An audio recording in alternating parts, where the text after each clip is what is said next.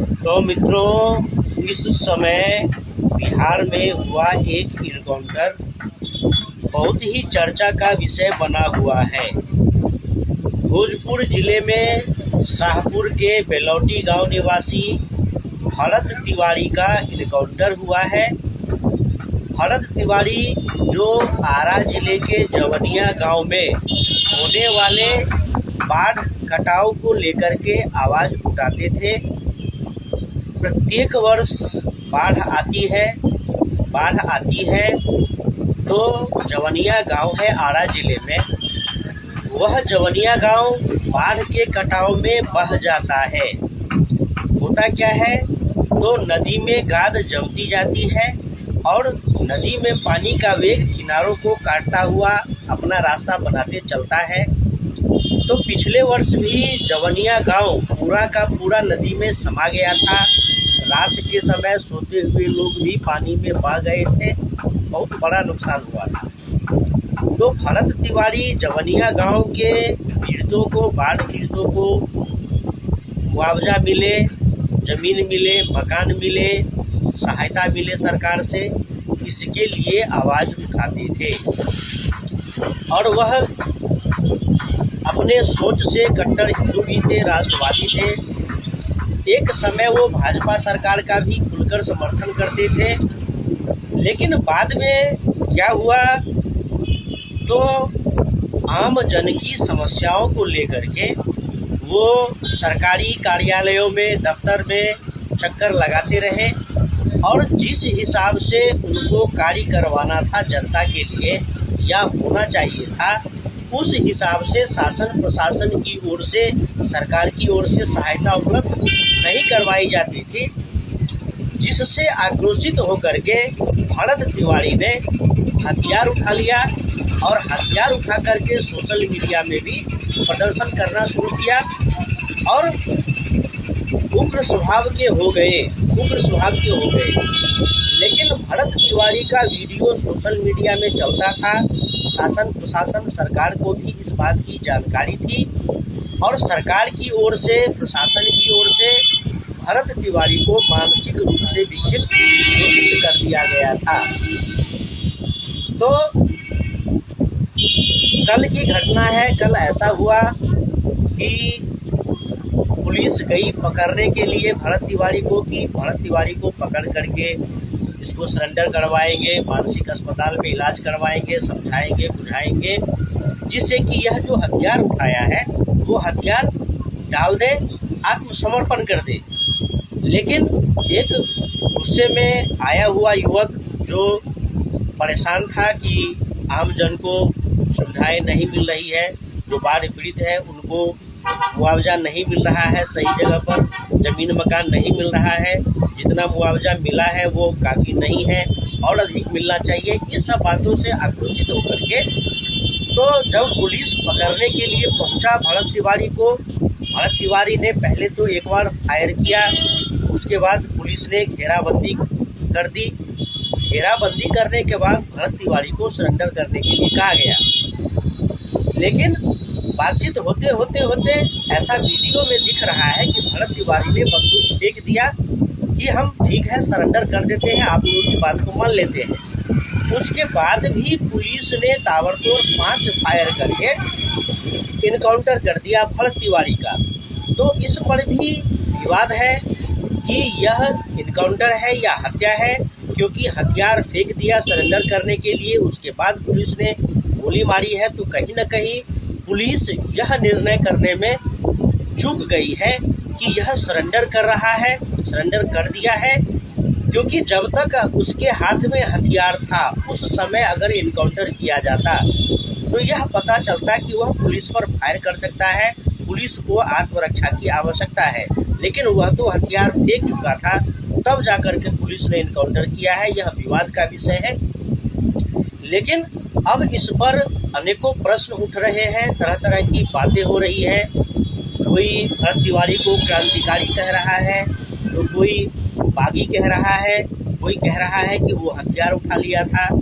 और पुलिस का कहना है कि उसने, भरत तिवारी ने पुलिस पर फायर किया, पुलिस पर गोली चलाने का प्रयास किया और सरकार का भी कहना है कि जो पुलिस प्रशासन को चुनौती देगा उस पर कार्रवाई की जाएगी।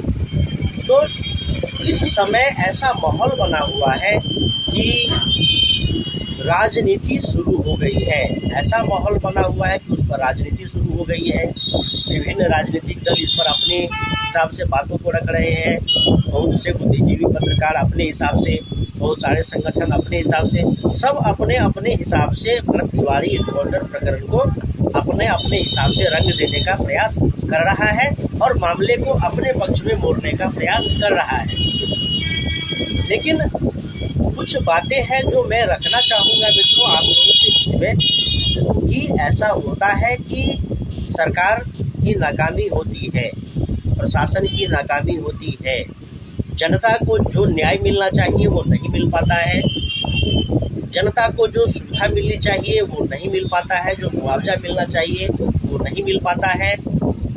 प्रशासन में भ्रष्टाचार है, सरकारी तंत्र में भी भ्रष्टाचार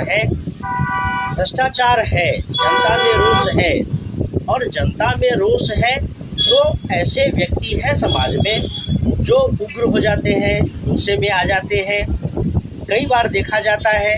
लेकिन क्या ही किया जा सकता है, क्योंकि सबका अपना अपना नियम है, कानून है, प्रशासन का कार्य करने का अपना तरीका है, सरकार का काम करने का अपना तरीका है, और जो भी हो, लेकिन यह दुखद घटना है क्योंकि भरत तिवारी का कोई ऐसा क्रिमिनल रिकॉर्ड नहीं था, वो क्रिमिनल नहीं था, भरत तिवारी क्रिमिनल नहीं था। वह समाज के लिए, लोगों के हितों के लिए आवाज उठाता था। जिस प्रकार से भरत तिवारी का एनकाउंटर हुआ है, इससे लोग नाराज हैं कि बड़े बड़े नक्सलवादी सैकड़ों हत्याएं करके सरेंडर करते हैं तो उसको मुआवजा मिलता है, सरकारी नौकरी मिलती है, सम्मान मिलता है। लेकिन एक युवा जो किसी की हत्या नहीं किया था, वह अगर फायर किया भी तो केवल एक फायर किया, फिर उसकी हत्या क्यों की गई, यह गलत है। हालांकि एनकाउंटर करने वाले पुलिस अफसर को भी सस्पेंड कर दिया गया है, लेकिन यह एक बहुत बड़ी घटना है और यह घटना निश्चित रूप से एक बड़ा प्रभाव छोड़ा है बिहार राज्य में सत्ता शासन पर, जनता पर भी, और प्रभाव यह छोड़ा है कि अब सरकार भी सावधान हो जाए, अब शासन प्रशासन भी सावधान हो जाए कि अगर कहीं भ्रष्टाचार होगा, जन समस्याओं को अनदेखा किया जाएगा या पुलिस प्रशासन कोई फर्जी मुठभेड़ करेगा, अपनी मनमानी करने का प्रयास करेगा, तो वो अब इस राज्य में नहीं चलेगा, बिहार में नहीं चलेगा। शासन प्रशासन को भी इस प्रकार से कार्य करने चाहिए कि कोई बागी न हो, कोई हथियार न उठाए, किसी पर कोई सवालिया निशान न लगे, जनता को कोई परेशानी नहीं हो। देखते हैं कि भ्रष्टाचार होता है, पुलिस प्रशासन में भी बहुत सारे भ्रष्टाचारी अफसर हैं, सरकार में भी बहुत सारे नेता हैं जो भ्रष्टाचार करता है। अब वर्तमान की सरकार में तो अभी तक कोई ऐसा मामला आया नहीं है, लेकिन पुलिस में तो देखा जाता है कि कोई घूस लेता हुआ पकड़ा जाता है। पुलिस कब सिर्फ जब्त करता है फिर उसको बेच लेता है, पुलिस ही दारू बिकवाता है, पुलिस ही गांजा बिकवाता है।